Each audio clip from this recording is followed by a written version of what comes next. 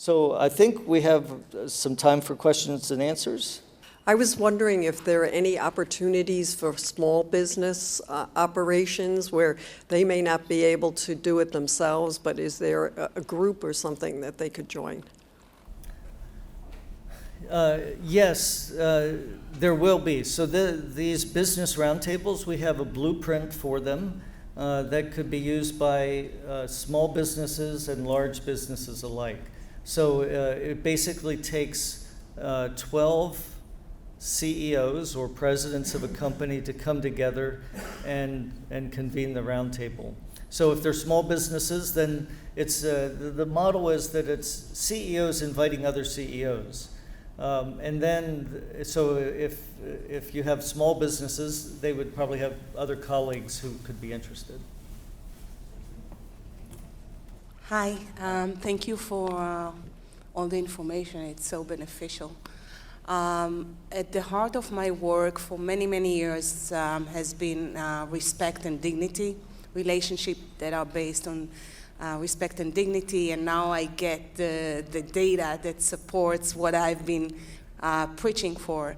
But I have to tell you, I haven't seen much demand from business corporations, governments even, for such work. So I was wondering, we treat respect like we think we understand that, but we really have to reveal how it acts. And for each one of us, it acts differently.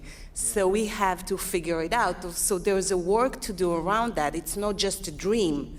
It's something that acts in everyday life. So have you seen any work around that or any demand that is growing? Yes, so within business, businesses have shied away from religion. That's something that they've shied away from, but they're not anymore. But the main activity in businesses that connects with what you're doing is they do a lot of training on unconscious bias. So that's part of it. So businesses have been focusing on that mostly within the diversity and inclusion, and in that they focus mostly on race and gender, sexual orientation. But now they're realizing that those categories aren't enough. I'll give just one example. A top executive in a major insurance company in the U.S. Has been promoted up through the ranks, and every time she got promoted, they would celebrate another milestone for women, another milestone for women. And we were in a meeting together, and she said, well, that's nice, but I don't think of myself as a woman first. That's not my first identity. She said, I'm a Christian, and that, to me, that's the most important thing. And I wish that my company would say, another milestone for a Christian, and because that's what motivates her. So I think businesses, and whether you're Christian or another faith or belief, I think businesses are starting to hear that, and so I think there will be more opportunity. But right now, it's a new and growing field within businesses. Thank you for your talk. I'm an academic, and we're not supposed to like talks. We're supposed to find the parts we didn't like. But I thought it was terrific, really informative. And I want to informally invite you to Grand Rapids, Michigan, where we have I work at an Interfaith Institute, and our business people would love to hear this. Would you mind turning to your slide? So there is a but. I do have something where I wonder what you were doing. The slide on the millionaires, and then you had one slide. And I don't know why we don't just let every millionaire come in, but yeah, that's the one I want. So you have it gained and lost on restrictions on religion. I just wonder what's being measured there with USA, because near as I can tell, we're about a 3, and China's a 9. Yeah. And what's being measured? Because I put China almost off the charts on religious government restrictions on religion. And the U.S., I don't think the U.S. is great, but not off the charts, not 1/3 of China.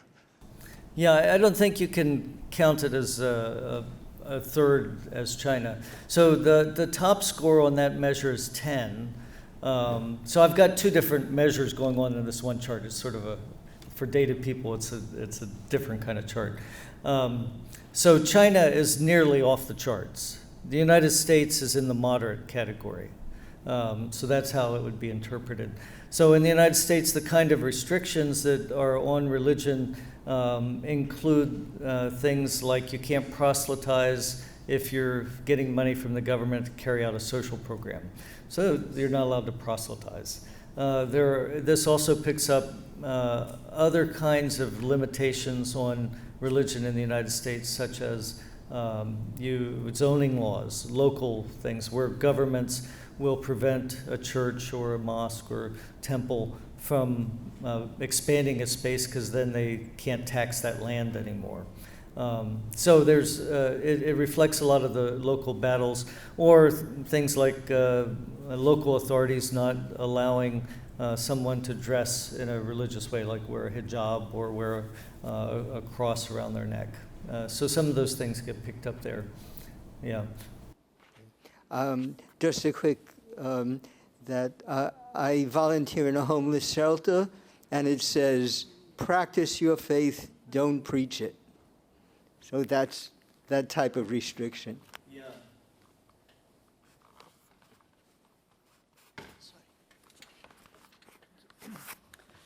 Thank you very much for the highly informative presentation.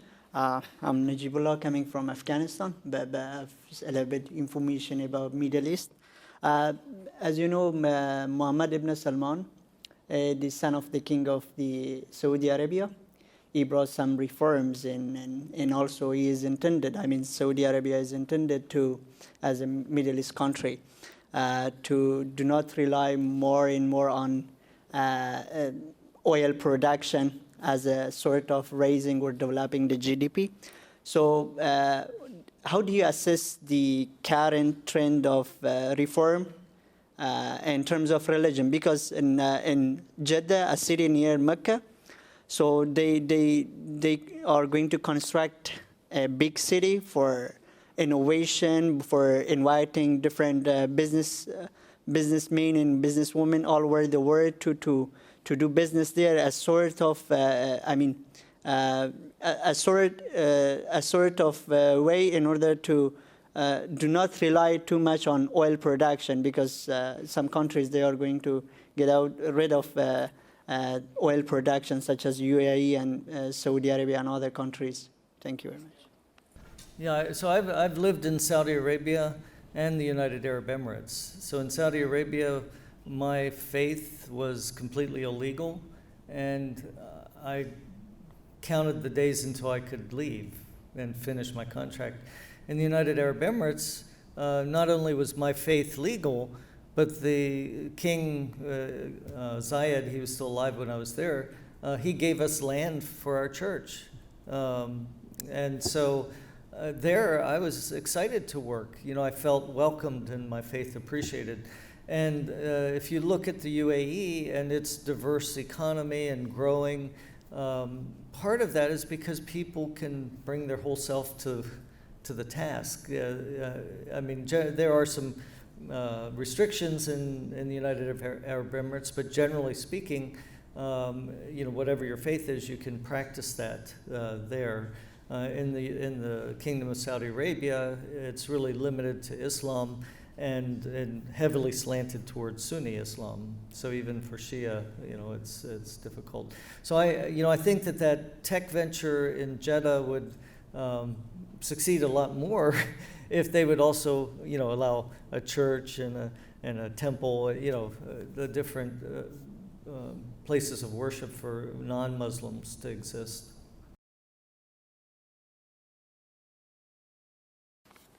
Thank you very much. That was really interesting research, and I applaud the efforts companies are making to become more inclusive. One of the concerns that came up for me was I saw your slide about the commitments companies are making. The first one was non-discrimination and non-harassment. What would concern me more than that, I think, would be the potential for preferential treatment. For example, if I'm in a supervisory position and I go to pray with subordinates, when it comes time to promote people or offer raises, are there measures to prevent me from giving preferential treatment to members of my own groups, and have companies started looking at that? Yeah, so one of the things in all of the training that companies do is to make sure that there's a clear understanding that a manager is in a different place than people they manage. So if you're a manager and you're a woman, if you don't put it in religious terms, just because you're a woman, you're not going to just promote other women. Just because you're Jewish, you're not going to just promote other Jewish people. So for managers, there's a real clear understanding there. And most of the training that we do points that out. So we have some really cool video scenarios where we bring those kind of issues to the fore and help people see that if they're the manager and they have a crucifix up on their wall, maybe that's okay, but they have to realize that has a different effect on the employees than if the employee has it on their cubicle. So it's being sensitizing people to that. Thank you for the presentation. The research is really good. But I have, I'm trying to pick the right word, sorry. I have a problem with your slide 3 and your, sorry I noted it down, and your I think your slide 2 and 3, where you were talking about the countries that will become the richest in some few years, maybe this. And the next slide, where you're talking about the GPA, of the countries.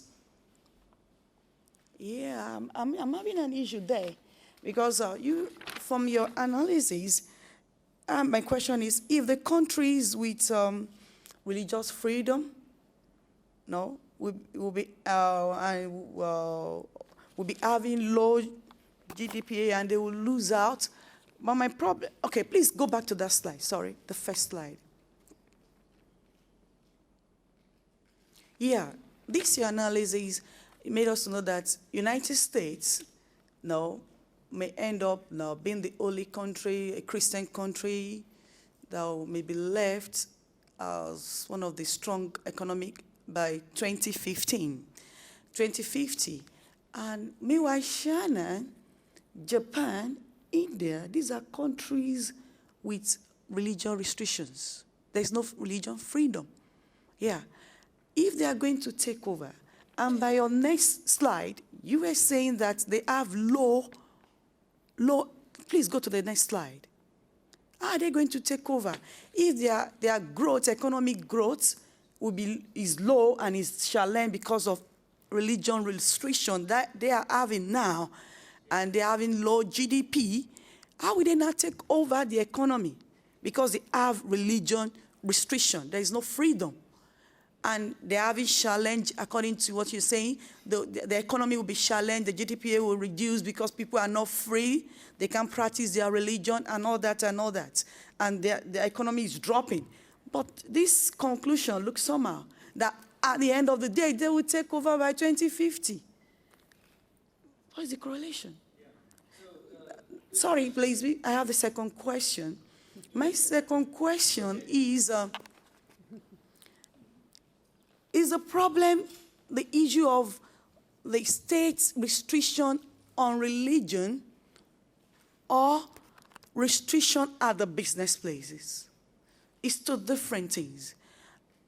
If religion is allowed to be taken to the business places, how will it be controlled?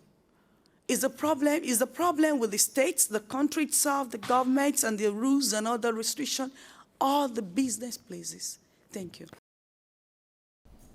Yeah, really, really good questions. On the first one, just to be clear, Japan has one of the best religious freedom records of countries today.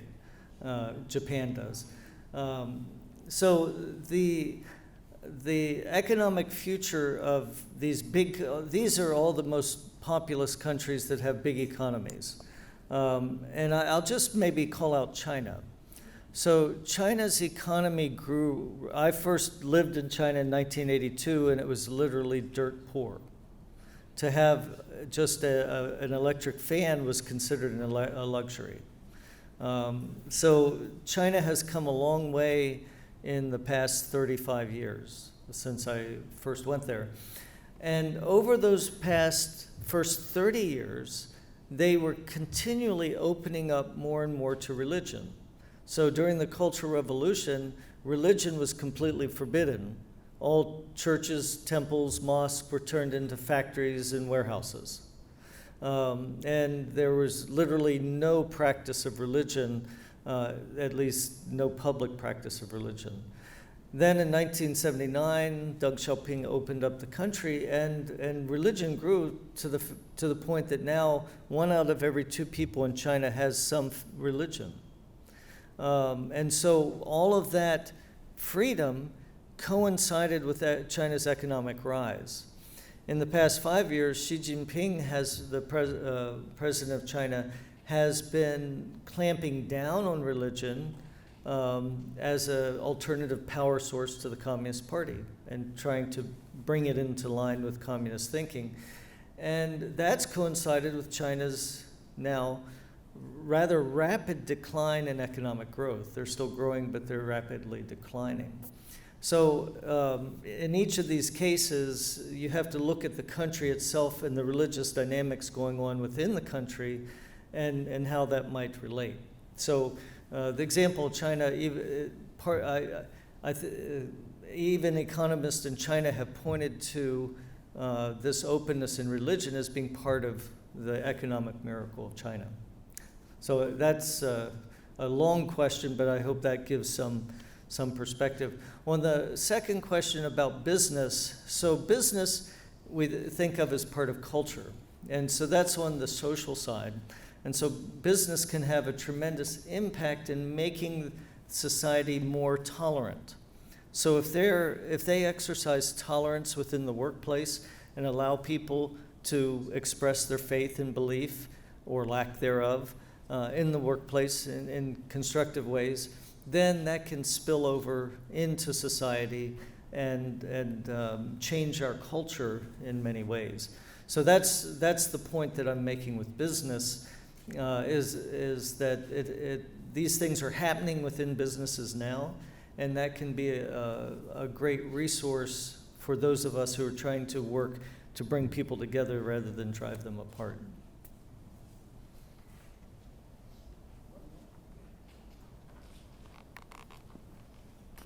One of my areas of expertise is China too, and so you might want to, you can fill out what the advantages are to religion in China. I used to go to China and give talks on religion, and business people would come, and they initially would come because they knew the Weber thesis that religion rose in the West with the rise of Protestantism. And what is it that religion brought? And what they wanted was religion without any belief, but religion brings community and trust.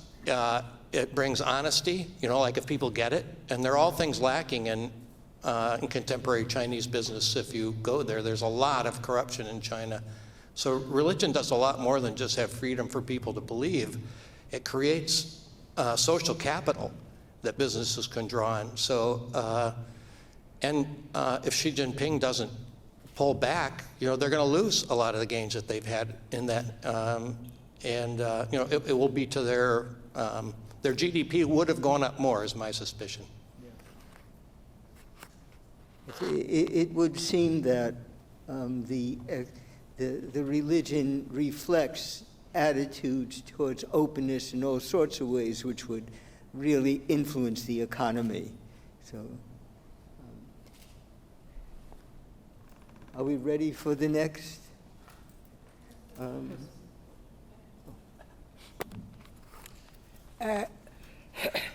Once more, I want to thank you for your presentation, but there is something I don't quite understand, or there is a misconception somewhere. I don't know if you consider the facts, or maybe let me ask, the conclusion you made about religious restriction, do you consider countries with multi-religion and those with like mono-religious countries? Because, or rather, is there the same Do you think that conclusion will have the same effect in countries with diverse religions, like people that have many religions, and those that have single religions? Because I think in many cases, religious restriction is part of the causes of conflict, especially in countries with many religions. But I feel, maybe I'm not right, that you centered on countries that may have one particular religion as majority. Yeah. So yes, you're right. So certain kinds of restriction on religion promote religious freedom. So if you allow a religion to control every aspect of a society, then, of course, then there's no religious freedom for those that don't practice that religion. So part of religious freedom and restrictions on religion could be laws that protect minorities from the tyranny of the majority, as they say. So I think those are important parts of religious freedom. Thank you, Dr. Brian Grimm, for your insightful keynote presentation. I've been following your work at the Religious Freedom and Business Foundation that you founded, and your global impact at the World Economic Forum, and also meeting with religious leaders like the Pope, and your work at the United Nations. Honestly, you've done a great job within a short period of time that you started this foundation. On behalf of our organization, the International Center for Ethno-Religious Mediation, we wouldn't just want to leave you go without appreciating your good work. So we want to honor you and give you this award in recognition of your outstanding contributions of major significance to religious freedom and economic growth.